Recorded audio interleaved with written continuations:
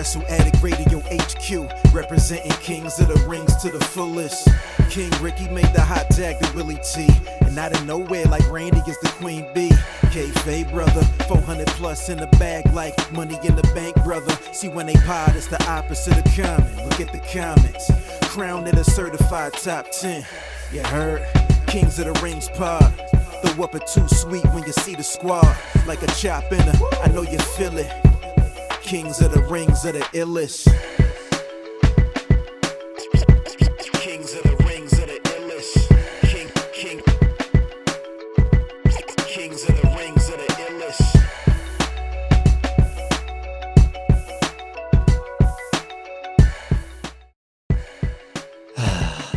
The illest. Yeah, the more I listen to the song, the more I just really always thoroughly enjoy it. Ladies and gentlemen, welcome to Kings of the Rings podcast, episode number 436. We are live right now on Twitter, Twitch.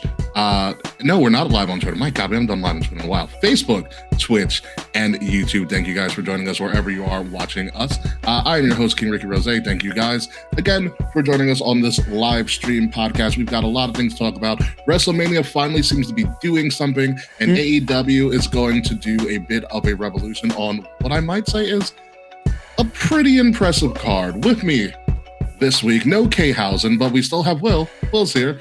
Mayo Make Galore, man who is moving very soon, so this is going to be an interesting weekend for him. This Sunday, I leave Hoboken and go out to the burbs. Be there, don't be there. Don't leave me alone. I will not be there. Yeah, no, we're hiring movers. They're going to be great. Dumbo Moving and Storage. They do the best job. I swear to Christ. This whole apartment will be unpacked. Oh, not packed. We're already packed. But boxed, put into the truck in like 2 hours. These guys are the best. So that's quick. Yeah, no, they're great. There's only 2 of them. They're usually Eastern European, and they don't fuck around. So they're going to earn their tip. It's going to be great. I got to get my keys for a new place, though. We haven't paid for anything yet, so that's also kind of a problem. It's kind of an issue. I've had to ask the building manager 3 times, hey, how can I pay you? And she's been out of office. So that's exciting. Yeah. That's not stressful at all. So not at all. Yeah. You have all your boxes on the side of the place. Yeah, I'm going to email her tomorrow and be like, hey, what do I do? We're good, right? We're moving in. Everything's good. But yeah, I'm gonna miss this place. I enjoyed my time in this office. So next time we're here, it's gonna be a new setup. Yeah, maybe you'll actually have parking this time. I do have a parking space. Wow, look at that. Yeah. Proud of you for that. Fretz is gonna have a theme song for his WrestleMania podcast. So I'm interested to hear what that is, Fretz. I really am. Actually. Is it the illest? It's probably not. I don't know. He did this on his own, so he didn't like use me for any assistance for any of this. So I bet you it's going to be something like very like rock themed.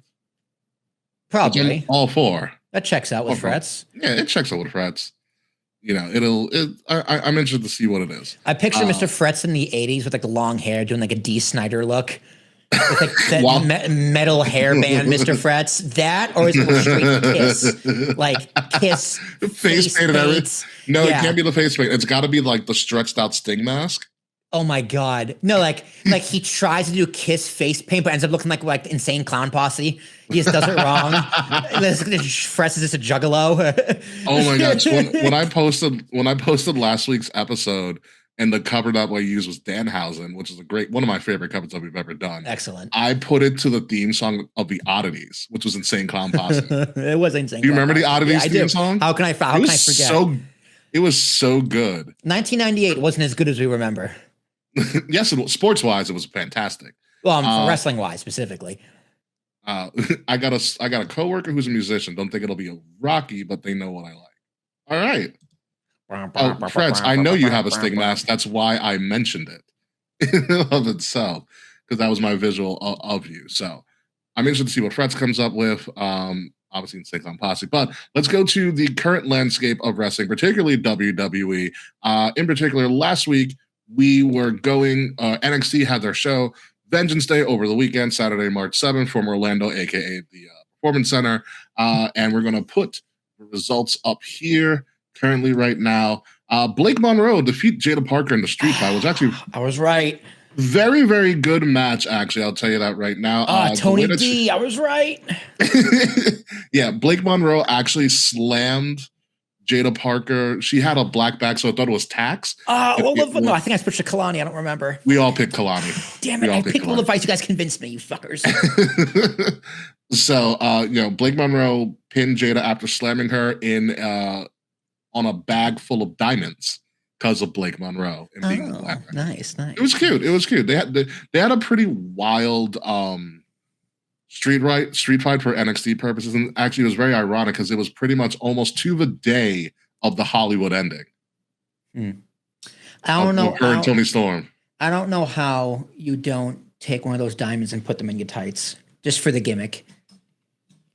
Should put them on like the knee pads or something. But they're diamonds. Diamonds are expensive. Yeah, but they're not dynamite diamonds. But they're also forever, and so is Ric Flair. That's true.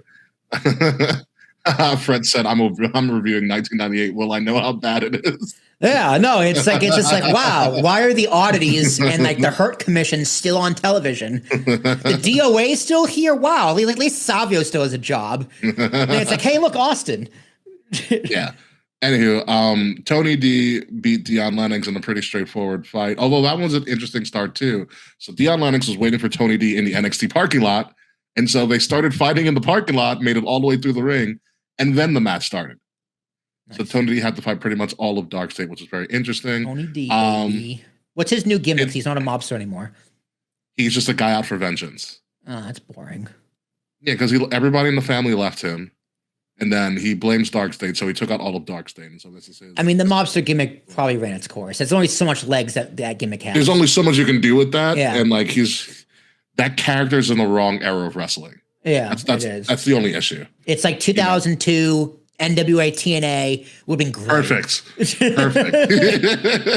Yeah, but not this time around. Tatum beat Izzy Dane to become the women's North American champion, and probably the most entertaining match of the night. NXT Underground always fucking delivers. NXT figured out the Underground match. I think I got that one. And it was so good. What's up? I think I got that one wrong too. We all got that one wrong. Because I was like, okay, Lola Weiss is probably going to lose because they're going to probably push Kalani. Although the build for that was great. So Kalani, who was a college gymnast, a really good college gymnast from Michigan State, goes to train for the Underground because Lola Weiss is obviously a UFC fighter. She does like this ultimate fighting stuff. So Kalani goes and she finds Shayna Baszler. And she's all like bright-eyed and bushy-tailed. So Shayna's like, "Oh my god, thank you so much for training me." And I'm just like really excited to do it. And Shayna just looks there with a dead face, like shoves jump ropes in her hand, goes start jumping. So there's a whole training montage. And then the match was really good. Because Kalani was hell bent on I can use gymnastics in an ultimate fighting like scenario. And Shayna's like, "No, you're gonna get knocked the fuck out." Yeah, like, you're gonna do a flip. They're gonna kick you in the face, and the blood's just gonna be like, I don't know where to go. Knocked out. So the match was actually really, really good. And for some reason, what NXT has figured out the way, because it obviously is a stage fight, but NXT has figured out a way to make those underground matches look extremely vicious. One of the ways to do that is to put someone who did ultimate fighting in all of those matches. And Lola Weiss is that person. And so it's getting towards the end of the match. It's been a pretty good match. And Lola tries to either throw Kalani or do some sort of thing. And Kalani literally backflips out of it. And as soon as Kalani lands back on her feet, she gets hit with a spinning back fist and knocks her out. And that's the end of the match. Amazing. It was really good. So Lola Weiss wins by TKO. She is officially 4-0 in the Underground and is now nicknamed the Queen of the Underground.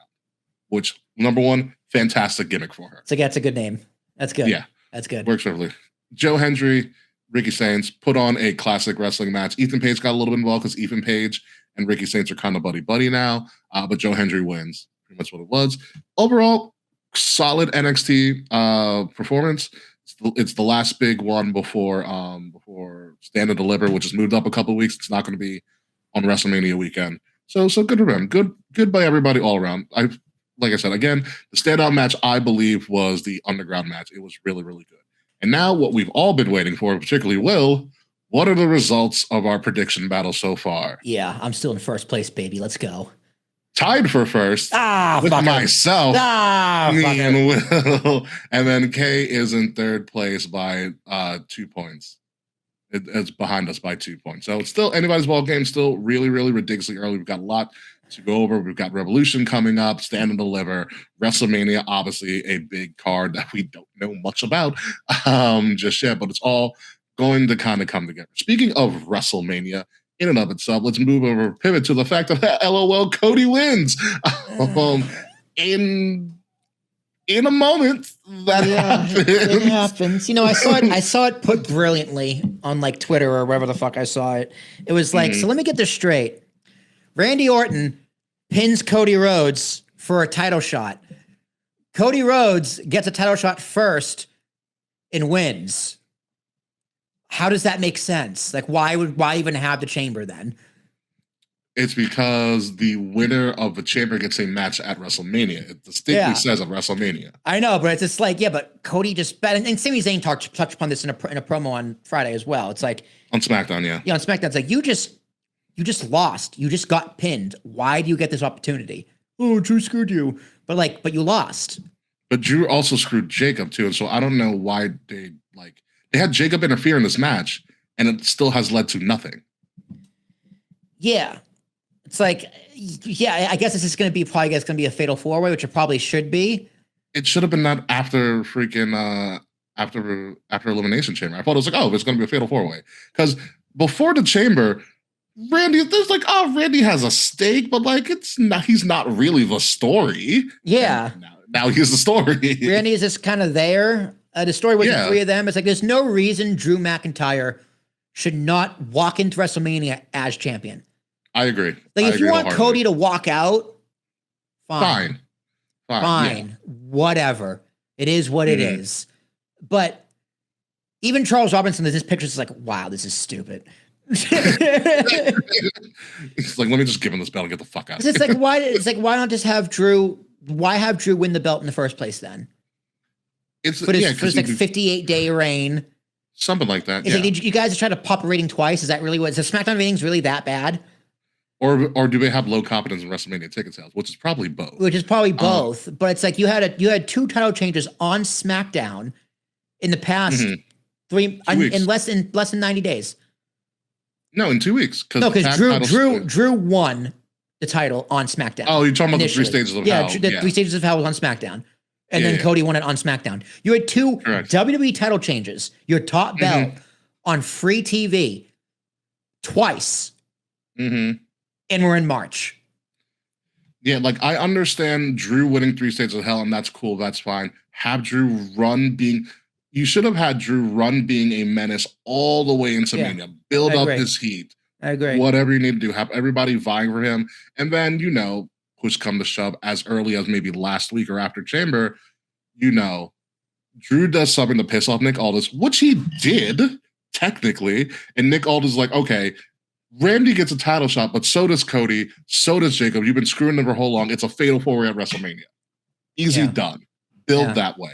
And have them, and when you do a build very similar to what they did in a more organized way, very similar to what they did with Ronda and Becky and Shawn. You get that chaotic moment where they all have to be separated and arrested, and the match built itself after that. Yeah, and it pretty much did.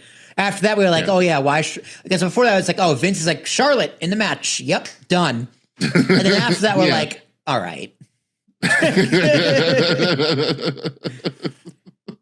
Touche, Charles. Touche. Good point. Cody's there for DEI. Yeah, we need the American, and Randy's American. We need the All-American in there. We need Mr. Raheem. It is getting, that is the Drew McIntyre story. He becomes a menace and he gets his comeuppance every time. It just seemed, it's like Cody winning, okay, fine, but it's like you said, this should have happened at Mania. They did this with Cena all the time at Mania, which made Cena. Mm-hmm. He always had to go up against the odds. But Cody coming in as champion for the second year in a row, at this point, is going to be interesting. For all intents and purposes, I'm rooting for Randy. I'm also rooting for Randy. I'm rooting for Randy. Yeah, no, people are ready for a Cody heel. It's like you guys really want Cody to be John Cena, don't you? And we're about to boo him. We're getting to the point where Cody's stale. He's gonna get that polarizing moment. Yeah, we're getting to the point where Cody's stale. We want something new, but he's QB1. QB1 has to be a babyface. That's how WWE has always been. Yep, and that's why sometimes Unreal is a bad idea for shit like this. Yeah. So Cody's going into Mania as champion unless Jacob Fatu ends up beating him next week. Who knows? At least Unreal officially ended Road Dogg's career. Yeah, and this movie can't blame on Road Dogg. Exactly. He's gone. Yeah. This is totally somebody else's problem. I gotta find did you like the videos I put up of the guy playing Triple H? Yeah, hilarious. Yeah, he did one after Raw yesterday, so I gotta find it and watch it. But yeah, Cody's champion, that's the thing. Moving on to other things happening on SmackDown, it's the battle of who's really that bitch at this point. That's what I got from this promo. Jade Cargill and Rhea Ripley for the first meeting on SmackDown after their worked shoot of a Twitter battle, potentially. No one really knows. This was interesting. I liked kind of Jade's "I'm holier than thou" kind of look. I like her outfit. Yeah, it fits the character they want her to portray. You just need to see Jade a little bit more. And she's like, I'm a superstar. I'm above you. Like, you're great, Rhea, but like, I'm just better. And Rhea's like, well, I put in all the work and I've earned my spot here, so I'm actually better. But they both said that they're that bitch. So it's the battle of who's that bitch. I think this was a good start, but it needs to get heated a little bit more. Did they mention their Twitter beef? No, they didn't. Yeah. I mean, you gave people something to care about, and you didn't attack it. Yeah, and you ignored it, which means it was a shoot. Yeah, which means Triple H took them backstage, like, squash this shit right now. This is what we're doing. Get your shit in line. Yeah, pretty much. Jade started out her promo with shaking Rhea's hand. Yeah, that's the thing. Like, a left hand though, which is the left hand. If they really do storytelling, left hand is very symbolic because that's informal. You always usually shake with your right hand, yeah. Yeah. So the left hand I thought was a very interesting move by Jade. It could mean nothing. Yeah, she could just be left-handed. She could be just left-handed. I mean, I'm left-handed, but I always shake with the right hand because it's just customary. I think, to me, it was always like people shake with the right hand. It's customary because most people are right-handed. Correct. Yeah. So, I mean, maybe Unreal Season 4 will tell us. Probably as they're filming it right now. Right. But yeah, like, I saw this kind of getting poo-pooed on the internet, saying it's like, you guys had something and now it's like you have them shake hands and it's just like, oh, I guess it's going to be a friendly respect, I'm that bitch battle, which. Yeah. It's not what anybody wants. Yeah. Not what anybody wants at all. And I think, it's very interesting that WWE, because this happened in ring last year with Tiffany and Charlotte. Yeah. And they didn't really address it afterwards, but they did kind of use that momentum to propel the match to be a bigger marquee match than what it actually turned out to be. Yeah, I think they stopped having promos with each other after that, and it was mostly just physical. Yeah. Which was like, okay, that's actually believable. I think it makes sense not to bring that up again because that was very real, yeah. And unprofessional, like on TV. Correct, yeah. Like, you don't do that kind of shit on TV, whereas this is something that kind of happened organically off TV that you can then bring to TV. Yeah, run with it. WWE has run with crazier ideas before. Like, you do squash it backstage, but then you run with it on TV. Whereas opposed to last year, it happened on TV, so you squash it backstage and pretend it didn't. I think that was the right move to pretend it didn't happen. But you be very strategic with how you play the rest of the feud. Whereas this one, they're just like, we're just going to pretend nothing happened and fuck you. Yeah, but like everybody saw it, and that's the problem. Yeah. People, yeah. And honestly, this is like, I know we talked about it last week, where you're pretty much like, all right, the night 2 main event is set. Night 1 is up for grabs. This could have been night 1. Yeah, if they built it properly and kind of ran with it. Yeah, this could be night 1. This very easily. It could be night 1. I still don't think Liv and Stephanie is night 1. Liv and Steph is good. I like Liv and Steph. I don't think it's night 1 yet, but it's building very nicely. Their story, like they're both doing a very good job of defining their character. they're doing a very poor job of those characters interacting with each other. But there's plenty of time. They did have one little scuffle on Raw, which is fine. Yeah, well, yeah, because the music hit and it was great. Yeah, just Liv's body reactions.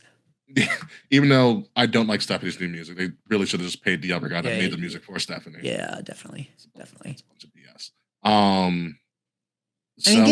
Give this feud time, let it cook. Yeah, but I'm interested to see what they do on Friday.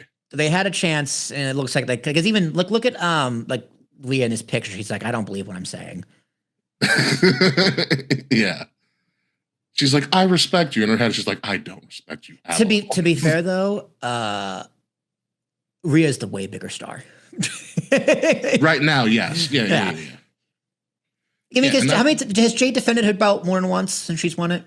She's probably defended as many times as Dom defended his. I get their his heels, IC title. Like I get their heels, but like Dom was injured, so he gives a little more grace. But it's like, okay, if you're gonna tell the story of I'm that bitch. Okay, where's your proof? Where's your stats? Where's your anything? Yeah, where is this is a feud that needs a lot more physical activity, not between each other, but with both of them in the ring. Because Rhea's been in the tag team for most of this last 12 months, so she's got to get a little bit of one. Like you have to remind people why you're like really good one-on-one. And Jade we need to see more of Jade. Like Jade is a presence whenever she takes the screen on SmackDown, and that's a good thing. She's tall, she's Amazonian, she's anatomically perfect for the most part. But we still need to see more of her in the ring as a champion. Yeah, agreed. That's the thing, and they've got less than 40 days to do it. Yeah, I mean, because that was the main critique with Jade over the last year or so. It's just the in-ring work. We want more.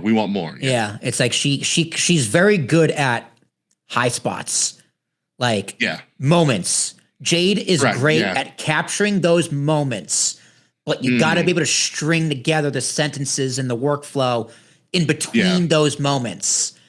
And absolutely, it's just not. And WWE doesn't give us a chance to actually let her do that. Yeah. So I definitely agree with that. So.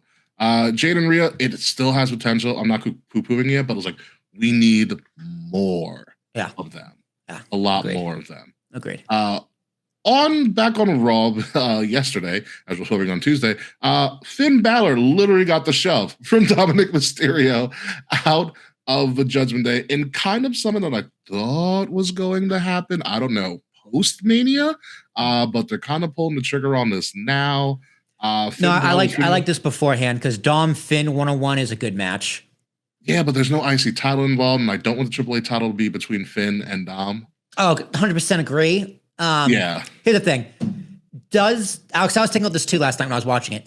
Does this match need the IC title, or is the IC title needed elsewhere for a multi-man ladder match, some kind of match? You make a fair point. To get more people on the card. Right, because you make a fair point, yeah. You want to get your stars on the card. Penta's a star, absolutely. Right? So he's going to be in some multi-man match, part of the Americanos and the rest of the mid card. Like you got to find a way to get these people on the card, and typically it is either a tag team or a mid card belt ladder match. So in that sense, does this feud need a title on the line? Because does the title make it very obvious that Finn's going to win the title? Whereas now it's just like, okay, I can see Dom winning, I can see Finn winning this. So I don't think it necessarily needs a title. I think the title is needed elsewhere. Fair enough. I'll give you that point there. That makes a whole lot of sense. But I did like how Finn was like, well, maybe your father was right. Maybe you are just a piece of shit. Yeah, I'm surprised they blurted out prick. Prick, yeah. They let everything else go. Yeah, and they and then what was surprising to me, which I thought they hit it very well in the camera, was JD attacking Finn. Yeah. It was a very good little camera trick they pulled. Which I thought was. And they did a good job of him kind of making that split decision. Who am I going to go with? Yeah, no, it was very, very well done. And then they all ganged up on Finn Balor like he was Hulk Hogan during Black History Month. But yeah, they beat him down. So where does Finn go from here? Do we get Finn and Dom at Mania? All signs point to yes. It could be an interesting. It's essentially a blood feud. Like you said, there's going to be no title on the line. So what really happens there? It's going to be a big toss up. there's more to this. Out of all of the non-title feuds, one, this is the one that they're finally trying to build, and two, this got a really good reaction by the crowd in Seattle. It did. Crowd in Seattle in general was a hot crowd. Very nice, very hot crowd. They were into pretty much everything. Yeah, this segment was done very, very well. Yeah. Between everybody. Everyone got their licks in. Finn, I don't know, because they were teasing it for months that Finn was going to turn on Dom. Or that Finn was going to break up the Judgment Day himself. Yeah, but I think this was the right way to do it. Yeah, you kind of give Dom that heel heat, which has always been a heel, but he's been a lovable heel. He's a much now you go, heel. Yeah, and then you give Finn kind of that babyface rub because they're going to turn Finn babyface again. And the internet, to be fair, the internet wants him to be a babyface. The internet's like, why is Finn being mismanaged? Why is Finn not being used properly? Give Finn a chance. It's like, all right, that's a signal. He's a babyface. Let's scrap our original plans of Finn stabbing Dom in the back. Because they do want Dom to be that massive babyface for AAA. Yeah. It's more money. But of course, Dom's just a natural heel. Yeah. Especially with that haircut and that mustache. The mustache. The longer the mustache gets, the more heelish he is. The longer the hair gets, the more he looks like very 80s Eddie. Yeah. I think Eddie might have been his dad. Like when he hit the frog splash last night, I was like, and he flipped his hair back. I was like, that's Eddie. That's Eddie. That's Eddie. Very Eddie. That's a very Eddie thing. Maybe that wasn't a storyline after all. Maybe that was a real thing. Maybe. I don't know, man. I mean, and he's also way taller than Ray. Oh man, absolutely nutso stuff there. But yeah, also the things that happened that we said we were going to cover, we don't really have a slide for any too. Punk being Punk, pretty much. Yeah. This promo was so good because there's Jimmy and Jay apologize like Reverend Jesse Jackson in South Park. But this is something, rest in peace, Jesse. This is something also that kind of took the internet by storm. Besides the obviously argument between Jade and Rhea, this took a life of its own. I'm going to bury you next to your father because obviously the Samoans are huge in wrestling. Zillifah 2 went off online about it. Like this called The Rock said something. Yeah. This is something where they said, okay, we're going to keep going with this, which I thought was great. And I love how it only took one little thing for like CM Punk said, for Jay to just flip again. The right hand man. Like they would Jimmy and Jay went into bloodline Jimmy and Jay. They did. It's because CM, and that's exactly what CM Punk missed. You disrespected the bloodline. You disrespected the family, yeah. And CM Punk was just like, okay, yeah, but the bloodline is still Roman. And they're like, no. You're not listening. Bloodline's all of us. The bloodline is all of us. He's like, how many times did they just say, this isn't about Roman? And CM Punk's like, yeah, but Roman. It feels like you got offended, right? It's like, I'm sorry, you're at fault. Now I just it's not an apology. Yeah, I was like, this promo is the perfect caricature of what people think CM Punk is like, and what most circumstances CM Punk is probably like. Because sure, if like Jimmy and Jay were actually offended by the lineup, I probably didn't know. That probably was just a Roman thing, right?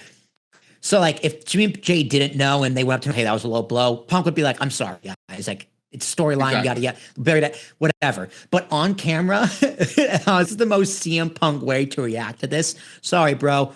I'm sorry you don't get how Roman's manipulating you. And it was like, Phil, it's like the perfect way the internet argued with each other. It's like they're talking past each other. They're talking at each other, not to each other. Yeah. And Jimmy and Jay are doing their best to be like, Punk, listen, use your ears. It was I don't give a shit about that. Yeah, it was a very good version that the Usos did of Bad Cop, Good Cop. Yeah. Where Jay was a hothead and Jimmy was like, listen, don't listen to him. Listen to me. Let's talk about this. Let's tell you our viewpoint. And it was almost like, okay, we got something here. And then I will say this. A little more physicality. I think The it mic does kind of and the end on shove, that, like, super kick. Just one super kick would have been perfect. although that punch was real stiff. Punch was a I good saw punch. that punch, but I was like, "Ooh, that was a tight one." was a That good was a punch. tight one. Yeah, it was a good little, well, technically a forearm, but it was a really good punch. Definitely. Of course, you did get early access for 2K friends. We'll talk about that on the post show. But yeah, no, I did like the it's building, and I do like one of the things Punk did say was like, if Roman really had a problem, I'd be talking to Roman about this. Also true. You know, Where it's like, but like, there's no indication anywhere because Punk was like, "Oh, Roman sent you guys out." And he's like, "No, he didn't." There's no indication that Roman sent them out. Jimmy and Jay are just defending their uncle. Correct. That's all it is. Like, Punk, that's just what it is. And you're trying to make it about something else because you do not want to, because it's very hard for you to say you're sorry. Yeah, he probably saw Jack Perry in those moments too. Yeah, it's like he's fucking, it's like Punk, you're good at gaslighting, but you're not this good. Because they're clearly telling you what you're saying is not what this is about. Yeah. Yeah, it is one of the things. Oh, by the way, Brother Wade is here. It was a solid second, Wade. By the way, happy birthday, Brother Wade. Happy birthday, Wade. Happy birthday, Wade. Thank you for joining us on your day of birth, which I did not know you were born on Mario Day. So congratulations, Brother Wade. On that, and we hope you are doing well. So, yeah, WrestleMania is kind of building. We've kind of got some stuff on the way with WrestleMania. No problem, Wade. Stuff on WrestleMania, but now we're going to pivot from WrestleMania and we're going to go into AEW. And when I mean AEW, I mean they're bringing in the AEW network. Actually, not really, but it is called My AEW. It is going to be a streaming service for everybody in the world that is not a part of the United States or Canada. Is what it is. Oh, so this is what the Intercontinental title really represents. This is where it's going to be defended. So I did go to myaew.com because I saw this kind of just abruptly came out of the blue. No one really talked about this at all. There was no indication that this was coming up at all. But essentially, you'll get an archive of old AEW shows. There's a free channel which you can get. Well, so they set up like a network where they have a free stream, and you can like they were showing AEW Dynamite from like the first episodes. That's cool. And it's a continuous stream. MyAEW.com is also going to be the hub for their AEW podcast network as well, because they do have a series of podcasts and stuff that they do. That's going to be built in, but it's mostly for the international crowd due to obviously they already have broadcasting rights here in the United States. I was going to say it's got to be broadcast against streaming rights and what's going to happen with this Warner deal. Yeah, Warner, who's probably going to Paramount now, so yay. Like whoever buys Warner or whatever that deal goes through, AEW probably trying to be like, all right, let's try and get this in to the U.S. market and sweeten the pot a little bit, which is what I would try and do because you got to assume a high majority of AEW's audience is in North America. Yeah. So like excluding when I saw this, it's like how much is it? Like who's this for? And they're doing it more for the international crowd. And speaking of how much is it, we have pricing. So it's going to be called My AEW International. So there's a free watch AEW Fast channel, which is the one I was telling you about. And also the AEW podcast will also be free. Duh. So we're going to have tiered monthly where you just get like the podcast, the Fast channel. This also includes Ring of Honor as well. So that is it has a home. Yeah, Ring of Honor. Well, Honor Club TV, they're just porting over here. Because you still can buy Honor Club TV by itself here in the States. And a Ring of Honor pay-per-view is on your monthly tier. You can do the monthly and pay-per-view tier, which you get one pay-per-view a month from AEW, because AEW almost has a pay-per-view a month now. Remember when they were only going to do like 5? No, they've been around long enough to do monthly. I think their roster's big enough to do monthly, too. I think they have enough ticket sale. I think they have enough credibility to do monthly. So they also have, select archives. Dynamite and Collision are also live on all the tiers as well because we can stream it simultaneously on HBO Max if we wanted to here in the States. Honor Club TV live as well.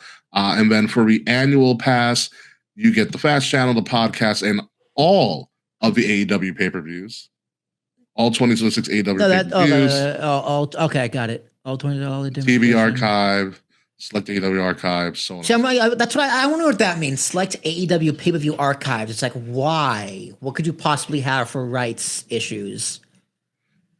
Unless it's like the EU has like a violence. So with the archives and things like that, either you're watching it live, but after it's live, it's in the fine print here, which you can't really see on our stream, but there is a 90-day hold before we put it into the library. Okay, so select this means it's not going to be available immediately. Correct. Yeah. Okay, so you got to wait 3 months. Okay. Yeah, there's a 90-day hold. Okay, that makes more sense. Yeah. So I'm interested to see how this goes. If this picks up steam again, this all came kind of abruptly. The UI, because I was on it on Monday in between my work obligations. But the UI is pretty basic. You can sign up really, really easily. Even if you're on the States and get the free channel, you just can sign in with your Google account if you have one. And again, in the States and in Canada, you just get this fast free channel and the podcast when it gets built. It's a very primitive website, but it's really simple. But again, this is more for an international crowd because I was curious. I was very curious about this. I was like, if I could pay $20 and get like an AEW live pay-per-view, maybe I'll do that. But when I found out it was for everybody else but us, I was like, I'll pass. I was like, yeah, I'm not spending an extra $30 or $15 a month on a VPN for it. Yeah. So like I said, I'm interested to see how this goes. AEW seems to be on the up and up. They pretty much so tickets for Double or Nothing. We mentioned this last week. Tickets for Double or Nothing went on sale this Monday. They've already sold out half the arena. And that's really good. Yeah, that's good. really good. Good. That's really good. Tickets are also very, very affordable for us. I think I put it in our chat. Yeah, they were. It was like what, $80 for like ringside? Lower bowl. That's fine. Yeah. We're waiting on K. K doesn't know yet. Yeah, when is it? It's what? Memorial Day weekend. That's May. End of May. Yeah, I'm probably out. That's my dad's birthday weekend. I usually go home that weekend. Yeah. Have fun in that traffic, by the way. Ugh, don't remind me. It's never going up. It's coming back. It's always coming back. The roads get thinner. That's why. That's pretty much why. That's why it is. We all kind of get bottlenecked in. Yeah. Okay. that's the issue. All that land and so little space. Anywho, AEW International. Fucking facts, dude. AEW International. We'll see how this goes. I'm interested. I'll kind of like low key follow this. See like what. Yeah, I'd say we can ask Frets how it is, but excluding Canada. Canada, yeah, very very small print. Like my only international friends are in Canada, so I can't really ask anybody about this. I don't have any international friends that enjoy wrestling. That are not in Canada. That are not in Canada. Yeah, they're kind of in the same boat. But I'm interested if this does well. Could this be real quick before we move over to Revolution? Could this be a way that if something goes wrong with the Warner deal and AEW is like, you know what, we already have our system in place. We can open it up to like the USA and Canadian audience. I mean, you think are you asking if it would replace a TV deal? Potentially. I think not really replace a TV deal, but like, let's say the acquisition happens with Warner. Yeah. And or Paramount at this point, who's the front runner, is like, we want this, and this, but we don't want this. And this thing that we don't want is AEW. Because this happened with WCW. Yeah. AOL Time Warner was like, we love all of this, but WCW has to fucking go. I think that would be devastating to AEW's business. I agree. I think they pay most of their wrestlers through Nick Khan, whoever Tony Khan's dad is, Shad Khan, Shad Khan, Shad Khan. Shad Khan, whatever his name is. And then most of it is from their TV deal. Yeah. So either cable or streaming. So if you don't have that, it's going to be devastating to their business. Mm-hmm. I think you'd still open this up to the US eventually, regardless. I agree. And because W had a network plus TV rights. So that would be very healthy for their model. But you cannot run a business model just on this. I don't think you can do it. Yeah. No, I hope hopefully in the next year this opens up to the US and Canadian audience, which is where the base is. I do like it for the international crowd because now the international crowd doesn't have to stay up till like 3 a.m. to watch an event live. They can watch it at their leisure. Yeah. And they do a lot of traveling internationally. Obviously, All In is in London. You have the Grand Slams are in Australia. So for those fans, this makes a hell of a lot of sense. Yeah. And for us, this would just be a convenience, but it's a convenience that I would enjoy. To be completely honest with you. A convenience I would thoroughly enjoy. So we'll see what happens with that. Moving on to other things going in AEW, and in particular, this Sunday, as well as Moving Day, but also this Sunday is AEW Revolution, one of their biggest shows of the year on the Ides of March, emanating from the Crypto.com arena. I call it the Staples Center in Los Angeles, California, the final resting place of LeBron James, more than likely. It is an 8-match card with 1 match on the pre-show, which we're going to cover because I find it funny when you find out what that match is. Kate's predictions will come in a little bit later before the event on Sunday, but we're going to get right into it with the main event of the main events, a Texas death match, which at this point is just AEW's version of a Hell in a Cell match. What a fucking weird graphic. What are they looking at? It's Hangman's face. I know. Then MJF's just like, I'm not even acknowledging you. He's just kind of like, did you fart, dude? Yeah, dude, he has like a sorority girl look on his face. Like, Tiffany. Yeah.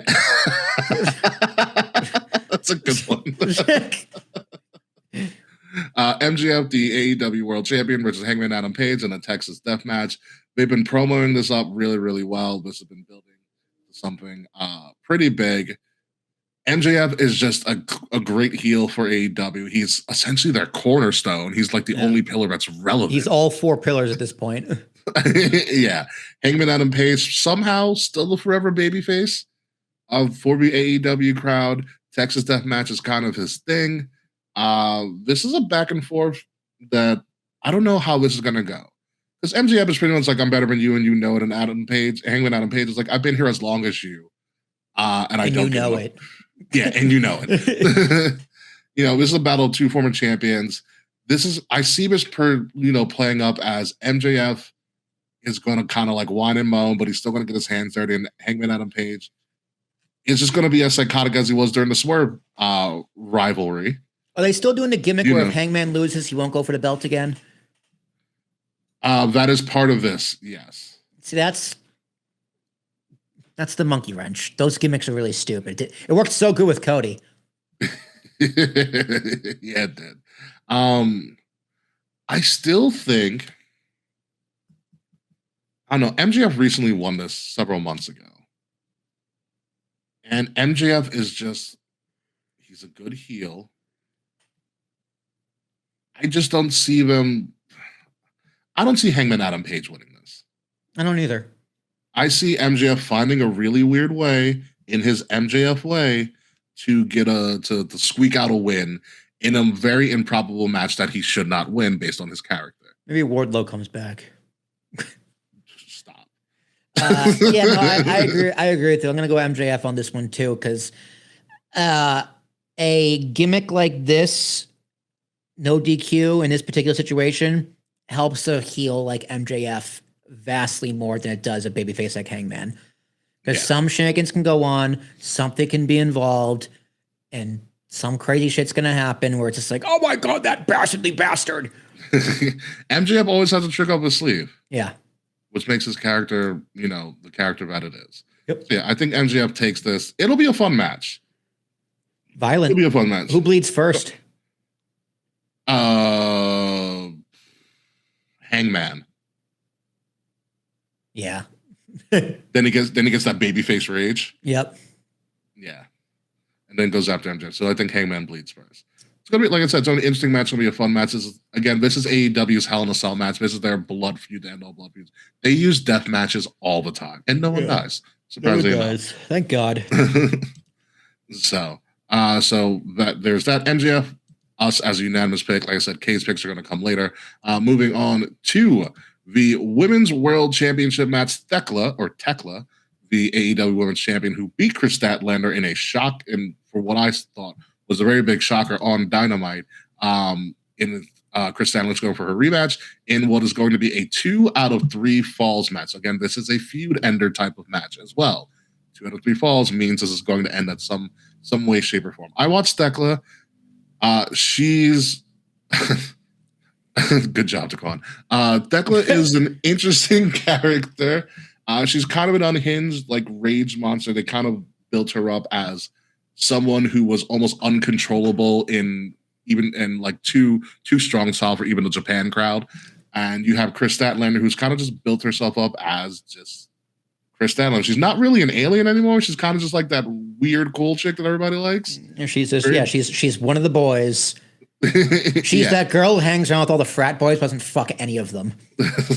Yeah, and everybody respects her for it. And everybody respects her for it. Like, no, man, she's just like our sister, man.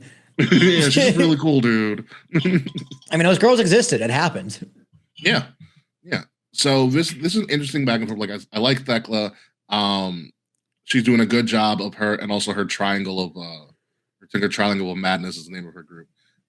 Going after Chris Statlander's babyface group, since Chris Statlander and Little Nightingale kind of made up and everything. So they're pitting Chris Statlander as being a really big babyface here. But with this one in particular, I want to see more of Thekla. So I'm going with Thekla or Tekla. Ooh, the Claw.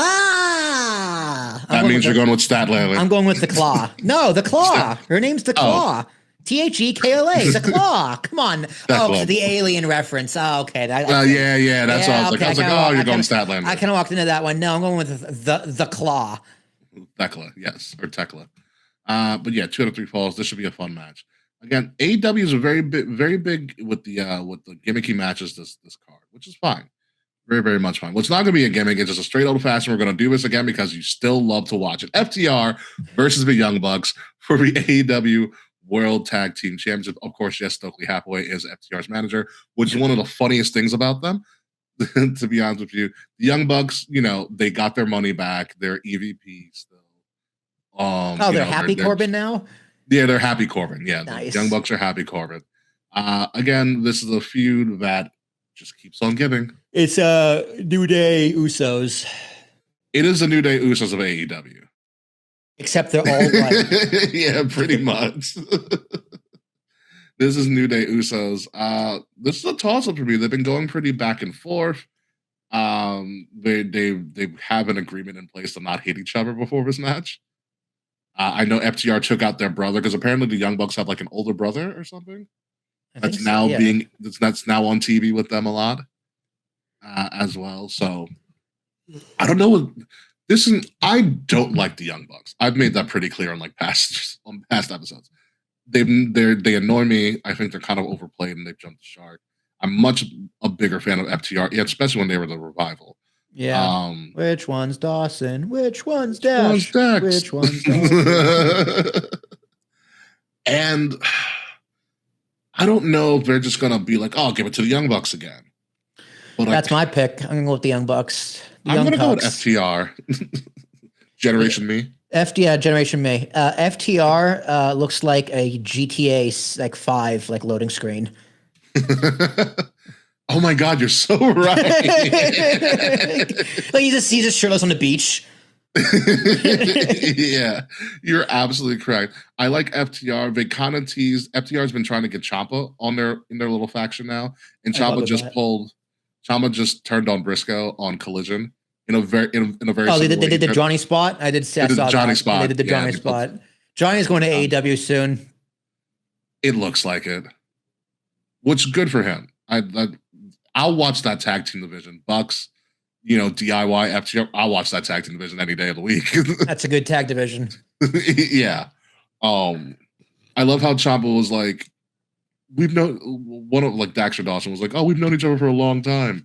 We just want to say our welcome to AEW. And Ciampa was like, we've known each other for a long time, 10 years. I thought you were an asshole then. I still think you're an asshole.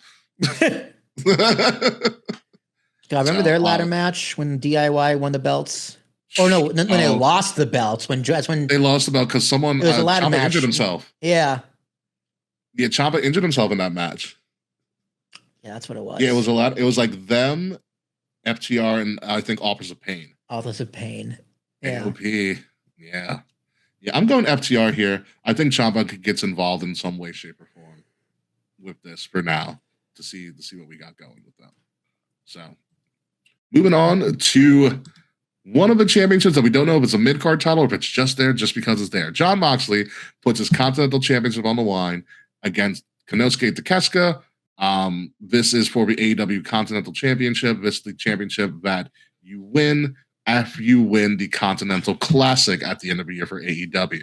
So Jon Moxley winning the Continental Classic and becoming the Continental Champion. I know. Versus Konosuke Takeshita of the Don Callis family. There is no time limit on this, so this is probably going to be quote unquote their show stealer match. Takeshita, NJPW, former NJPW champion. Jon Moxley speaks for himself, even though I don't give a crap about his character. He kind of is just there at the moment with his Jon Moxley looks like he's watching Renee Young break her diet. Bitch eating. Although the more I look at these match cards at AEW's, bro, the more this looks like it's something out of Cyberpunk. Yeah, I mean, I love the design. I love the color design. Yeah, the color design, the graphics. It's like everything about this looks great except the wrestlers. They all look like they're supposed to be like switched. Yeah, yeah. It's like why are they all looking away? Why are they all ignoring each other? Yeah. This has the opportunity to like steal the show and be a barn burner. Oh, I don't know. Because so like Moxley has a Death Riders faction. The Don Callis family is like the Wayne's brothers of wrestling. There's just so many of them. And the Don Callis family already has some championships, and do they need more? Maybe. But there's still a little bit of meat on the bones of Jon Moxley, so I'm gonna go with Mox here. Yeah, I agree. Takeshita.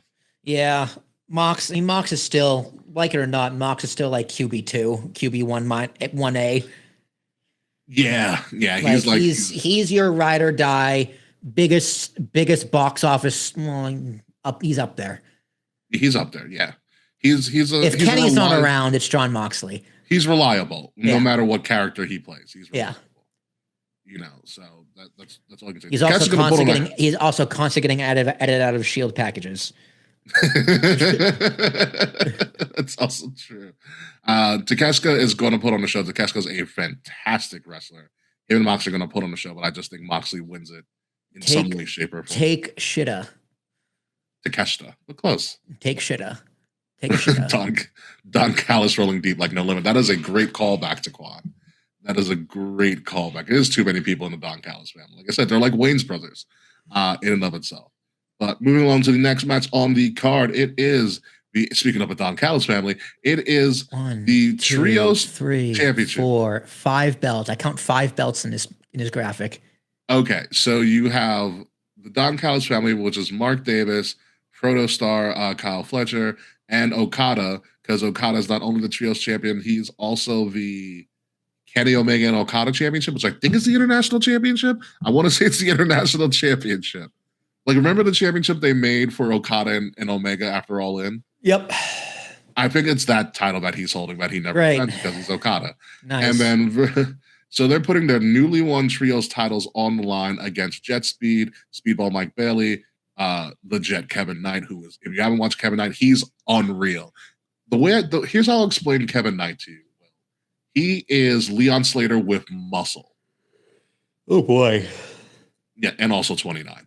And versus Mistico, who is the CMLL world champion at the time. So they're putting the Trios titles on the line. Like I said, Don Callis literally won the Trios titles. The Don Callis family here won the Trios titles at the end of Dynamite this past week. And I do not believe that they will drop, although Mistico, Speedball, and Kevin Knight are going to put on a fucking show with them. Yeah, I don't have Okada losing anything ever.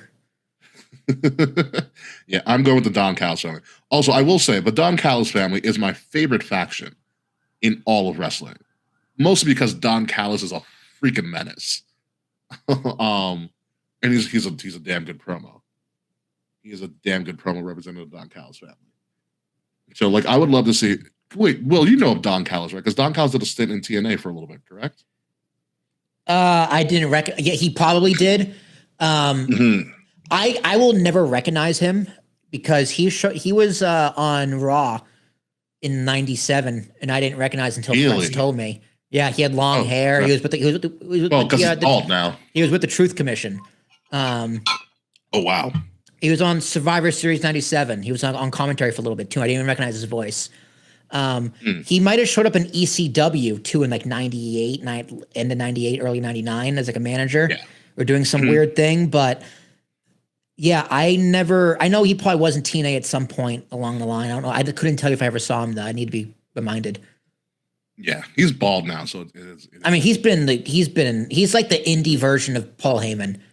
Correct. Yes, that is absolutely correct. I'd love to see him and Paul do a face-off at one point. It's probably never going to happen, but it'd be great. But yeah, I'm going Don Callis. I do like the Don Callis family. They're heelers, but they're also fun. And it's a great cast of people. And half of his card is Don Callis. It's either like Don Callis family or freaking Death Riders. AEW is very faction heavy. It is what it is at this point. Next match on the card, just a straight up fight. Timeless Toni Storm versus Marina Shafir of the Death Riders. And everyone is banned from ringside here. I will tell you this. This is the promo card, but got it right. They're not looking away. No, it's perfect. It's like they're both looking at the same thing. Exactly. But Toni Storm looks like a sex doll. She's a little bit too cartoony in this graphic. Yeah, she doesn't look like a real person. Here we go. It's like she's made of it's like she's monochrome. There you go. There's your answer. There's your answer for you. TNA mid 2000s. So yeah, I wouldn't have seen that. Yeah. Again, everyone banned from ringside. We don't really see Marina Shafir fight as often as we probably should, but she really has come into her own after leaving WWE and going to AEW and being with Moxley and the Death Riders. Obviously, she is a former Ultimate Fighter going against everybody's favorite, person, Toni Storm, who held AEW on her back for like a year. Her and Mariah May, that feud was fucking fantastic. This is interesting. I'm leaning towards Marina Shafir because I'm like, Toni can, because I'm like, I look at this like, who needs the bigger stage? Toni's already over. You gotta build a star. You need stars. I think Marina needs to like show that vicious side, which she does all the time, but be like, I'm so vicious, I took out your favorite person. Do you see the winner of this match going for the title next? God. If this was the men, I was going to say which title, but the women don't have that many titles. Yeah, like the title. Do you see the Claw fighting Marina Shafir next? No, because Thekla is technically a heel. So I don't see the winner of this going on to go for the women's title, maybe the TBS title, which is held by Willow Nightingale, who is forever going to be a babyface. Is Mercedes still around? Yeah, she's slowly bringing her way back to AEW, and she's slowly losing all of her other titles too, just like we predicted. Thank God. I mean, it's going to happen eventually. She still has a crap ton more titles to drop, but she's getting there. I'm going timeless. I always go with timeless. She's my girl. I get it. I totally get it. She's no, it's not because she looks like a sex doll. You were close to what his comment said. Very, very close. Yeah. No, that too. Yeah, I definitely get this as a toss-up, but I think Marina Shafir needs to win. That is just me. We're moving on this card pretty quick. We got 3 more matches to go here. Next match on the card is the battle of who is technically the most dangerous person in all of AEW. Brody King, essentially AEW's mascot against ice at this point, versus Swerve Strickland, who continues to do absolutely freaking phenomenal work. Big fan of ice.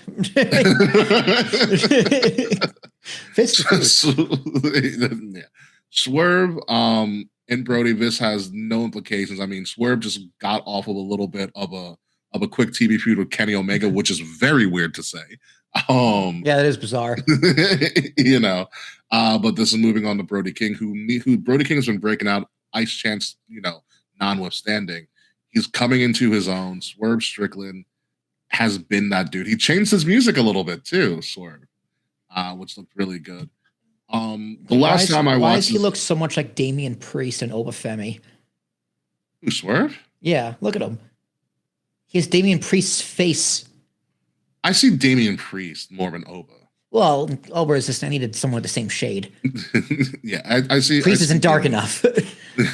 I see Damian Priest. They do have similar body types as well. So with this, last time I saw this feud, Brody King was essentially being choked out by Swerve in the middle of a ring with a steel chain. Well, wrestling my guy.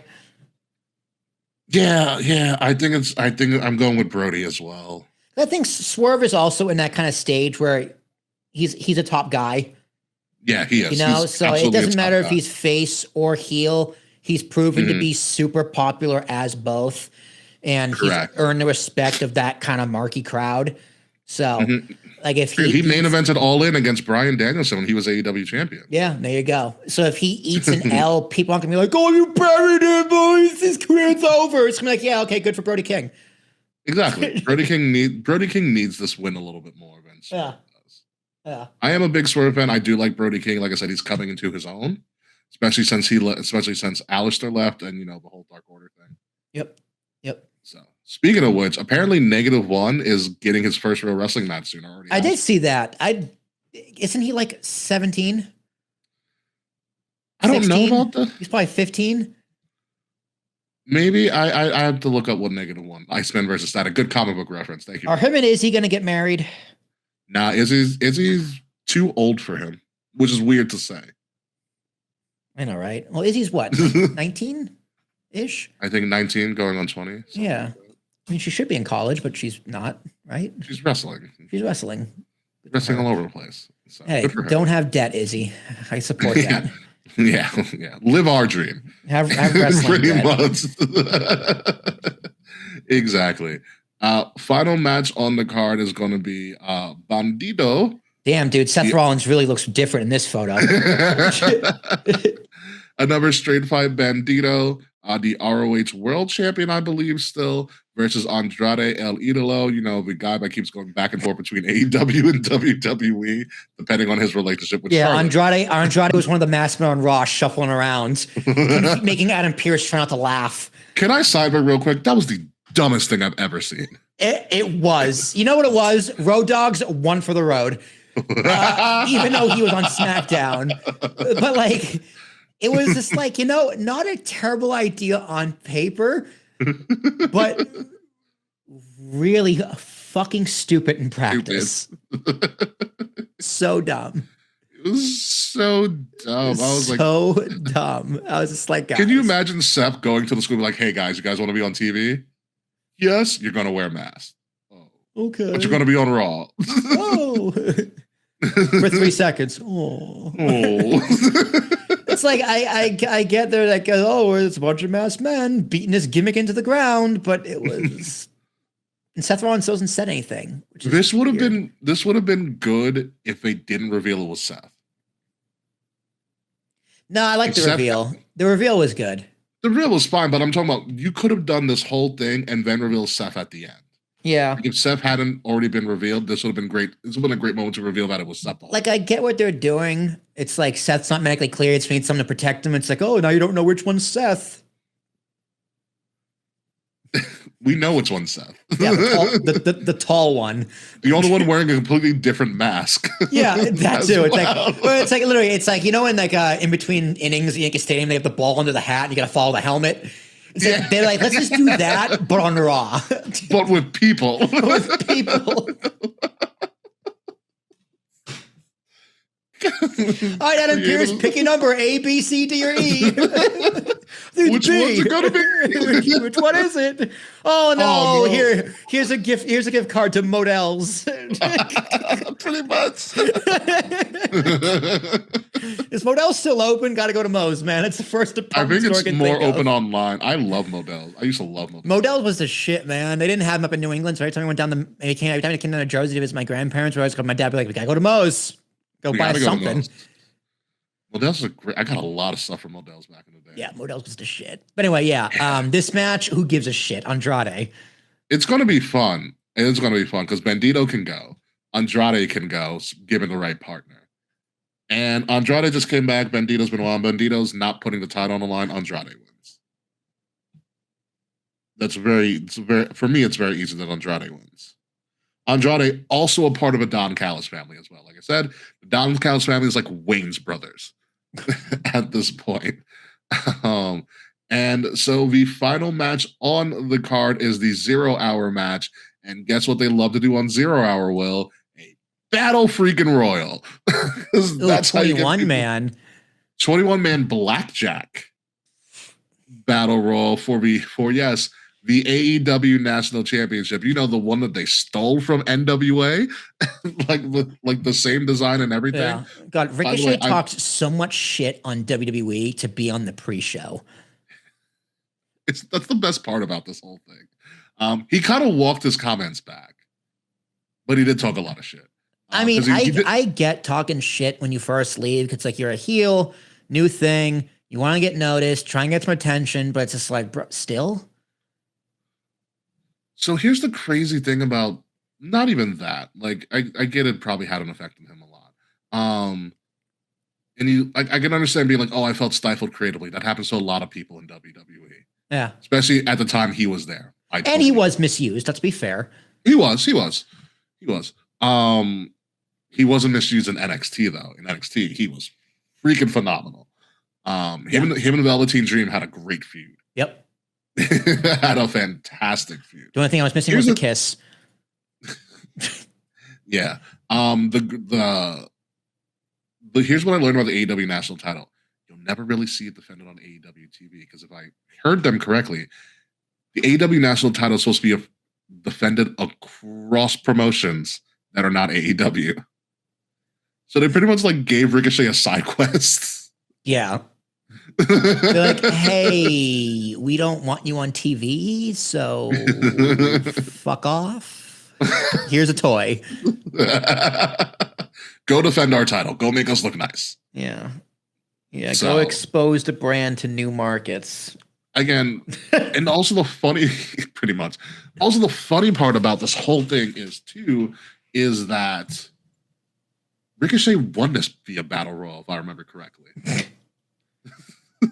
So he could very well lose his Battle Royal. I don't expect any of us to get this right. You can literally throw out a name and they could be in this because I don't freaking know. Like Ricochet could win this. He may not. Yeah. It is a brand new title, but it doesn't really matter. Well, I'm gonna say Ricochet. I'm gonna go Eddie Kingston. Ah, that's fun. Yeah. Why not, right? Why not? Yeah. We interviewed him. We did. Well, you did. I did, yes. It'd be funny. It'd be really funny. It won't happen. It'd be really funny if the hometown man won. It's the hometown man. It wouldn't be hometown man. Who gonna win the match however he can. It's the hometown man. You're right, Freds. I also forgot about this title as well. We all do. Because you have the Continental, the International, you have International, and then you have National, which is wild to think about. How the International title gets defended on TV, but the National title does not get defended on TV. You know. And then you have the TNT title, which is still a thing. Then you have a trios, you have a tag team, you have the world title. There's a lot. God, if AEW did Night of Champions, it would be 3 nights. All they had to do was their original idea when they first did Collision. Get a world champion on Collision. It's essentially a brand split. Collision and Dynamite, make them 2 separate shows, make them look thematically different, which by the way, they don't. One's red, one's blue. Exactly. Or make one purple and make the other one yellow or something, although it looks like an NXT, like old school NXT. But still, NXT uses silver and black now. So yeah, make it freaking yellow. But they didn't. And so it makes all of this stuff kind of weird and convoluted, and it's a mess. But hey, at least Ricochet has a title. He can call himself a national champion for something. That's all that really matters in the long run. Theoretically. Yeah. Of course. Yeah, fucking Ricochet. Anyway, folks, that is, listen, Ricochet's better than us. I've seen his wife. She's great. Yeah. Yeah. Anyway, folks, that is the end of our Revolution predictions and Calamity. On paper, I think it's actually going to be a really, really good show. The top of the card, I think is fantastic. Death match, 2 out of 3 falls. That tag title match is going to be nuts. Yeah. Moxley's match is going to be insane. And, Swerve is going to put on the show. I think Toni, Marina, Shafir are also going to put on a great match as well. A lot of this card is really, really solid. And AEW is in a good stride right now when it comes to their product and the quality of their product. And so all we have to do is essentially stick the freaking landing, which is sometimes a problem for AEW. Yeah, usually it's the biggest problem. Yeah, stick the freaking landing. But I think they've got it together pretty well. So I'm going to go, I think they're going to do a solid 8. It might be an 8-5. I'm going to go 8. Yeah, I was thinking 8. He's right. It's very top heavy, which isn't a bad thing. No, it's not. And if the match card is done correctly, you build. Yeah. Build this. Yeah. Or you can do peaks and valleys. It is 8 matches with 9 on the pre-show, but this can be done really well. I'm interested to see how much they sold for this because the Staples Center is a big arena. Yeah. It's a big in-house arena. By what, 13,000 probably? Probably like the capacity? Yeah, I'm saying like with the wrestling setup. Oh, with the wrestling setup, probably depends on how big they want to do this Revolution setup. Because AEW does like to do a lot of minimal. Yeah. I'm gonna be close to maybe 17. Damn, that's a lot of people. It's possible. It's LA. Yeah, it's a lot of people live in LA. Yeah, it's a lot of people. And there's a lot of marquee places around there. So. What's this called? Like the Crypto Dome? Crypto.com Arena. Because I guess Staples didn't want to pay the sponsorship anymore. Good. I can't wait until that name's removed. 20,000 is the capacity. So yeah, Boxing/wrestling. Boxing/wrestling is 19,079. So I think they're going to do at least 17. That'd be a great number for them. I'd say even 15 is a good number. Yeah, they might go as high as. Because you got to figure most other arenas, especially nowadays when they're smaller with wrestling, it caps out at 12, 13. Yeah. Maybe 11, depending where you are. Yeah, this is technically the Lakers play here, the Clippers play here. Yeah. They've held WrestleManias here, so this is a sizable arena. So if they can do 15, I think that's a very, very good number. Yeah. I want to say the Kings play there too, so it's a big arena by. There's Sacramento though, the Kings. No. Los Angeles Kings. Oh, the hockey team, yes. So it's going to be a big arena just because of that in and of itself. Yeah, the Kings do play there. Yeah. The Sparks play there. LA Sparks, WNBA. Yeah. And then concerts. So multi-use arena is the biggest arena there. Be It As It May, we are at the end of our show. We did pretty good times. 8:35. Love it. Yeah, NXT is going on right now. I'll probably catch up on that later because I'm pretty much doing a reset on the build leading up to Stand and Deliver with some interesting stuff going on there, especially with Sol Ruka, Will's favorite wrestler that hasn't been called up yet. Miss Soul Snatcher herself. But otherwise, is there anything that we missed in wrestling that we needed to cover? I think we got everything, correct? Yeah, I got my Punk dig in there. We talked about Seth Rollins. Liv and Stephanie Vaquer is getting there. It's getting there. There. Vaquer's video package was very good. Their messaging is down. I know both sides of the story. I can sympathize with both characters in terms of like their journey to the top. Yeah. Now it's just like, the institutional route versus the traditional nickel and dime it route. So it's grassroots. Yeah, thank you. It's a tale as old as time. Interesting story. And then, Liv's been kind of in the middle of Dom and Judgment Day, so hasn't really had much time for that specifically. But moving forward, I need to see those two interacting with each other, getting a little more physical. I do like Stephanie's message in her promo package was like, you were given all of these opportunities and you still think so little of yourself.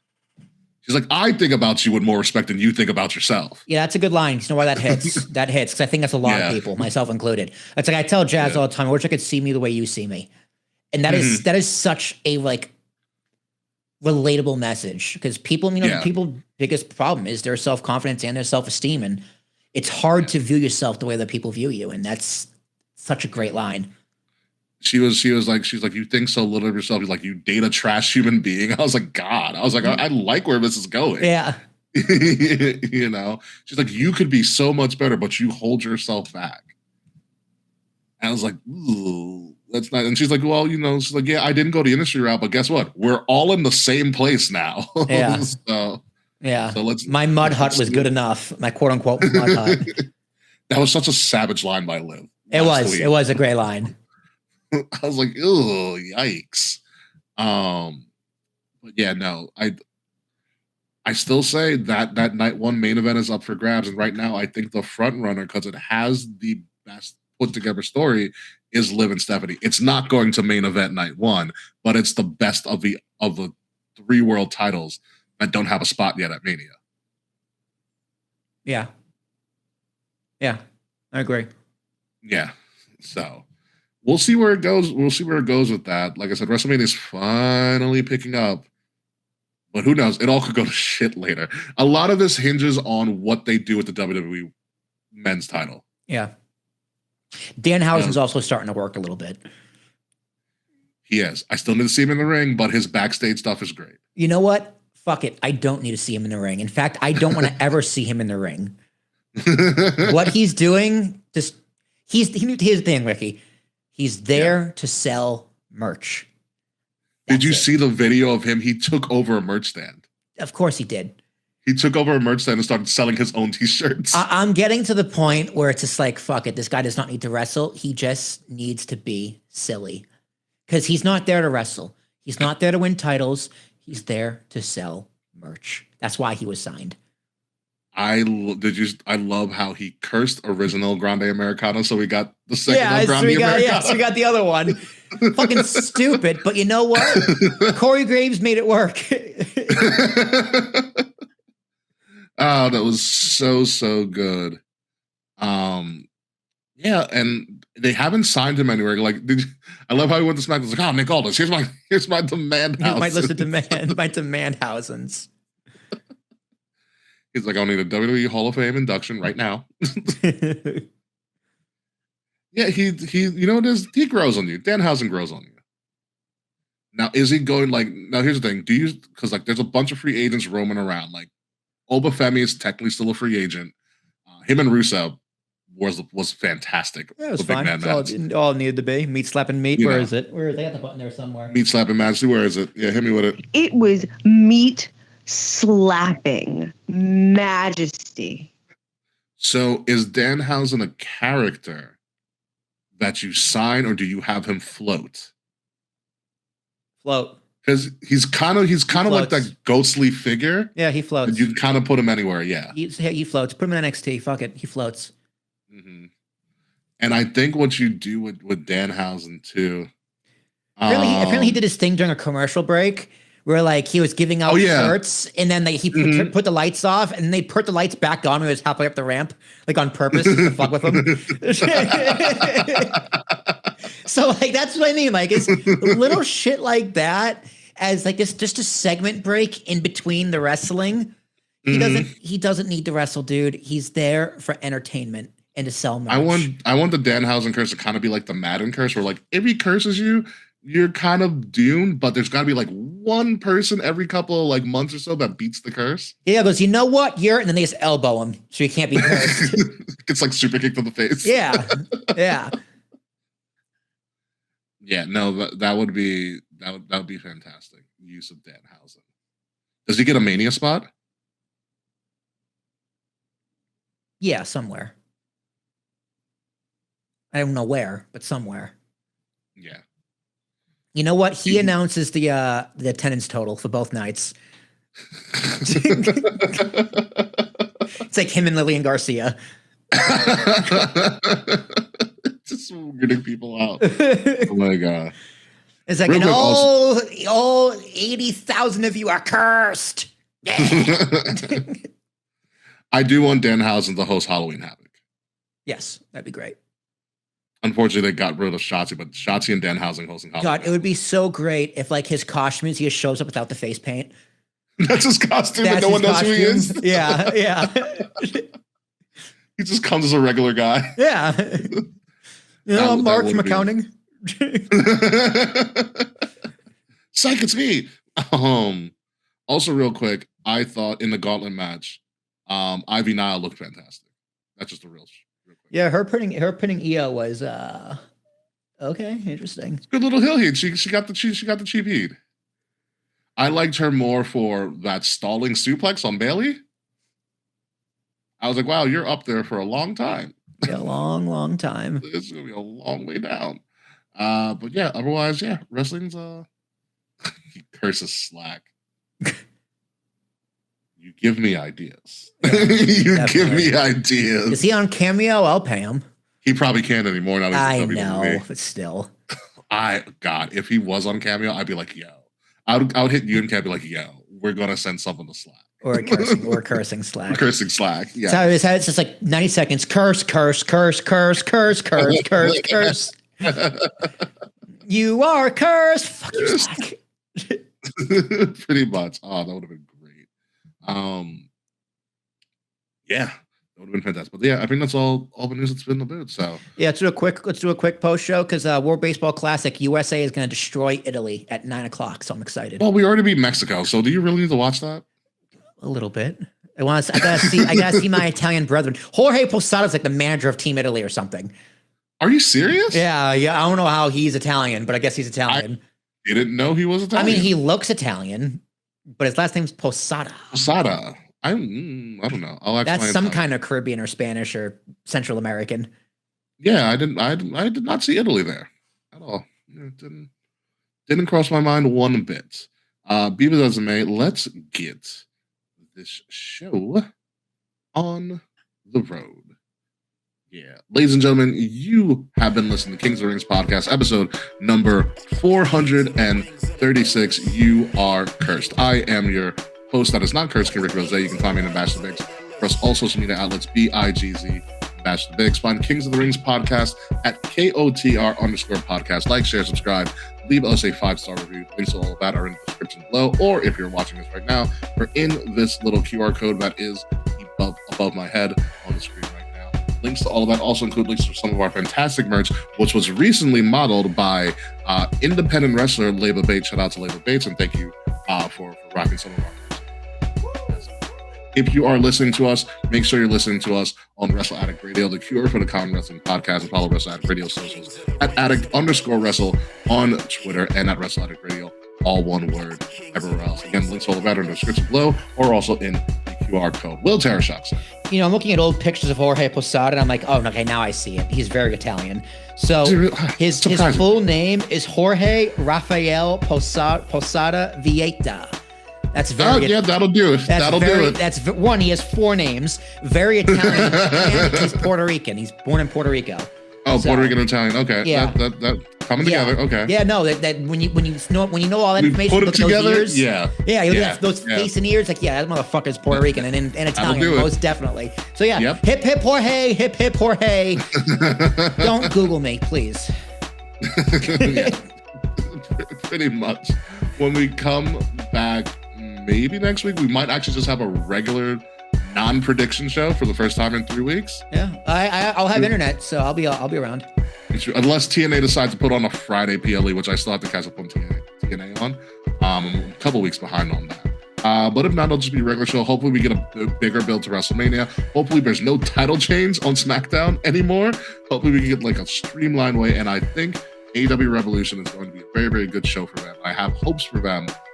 For AEW to put on a solid show, which I haven't said in the existence of AEW. So we'll definitely see what happens. So until next time, folks, goodbye, good night. We'll see you soon. And you are cursed, Slack, because fuck you, Slack. Take it easy, guys. This has been a Wrestle Addict Radio branded podcast.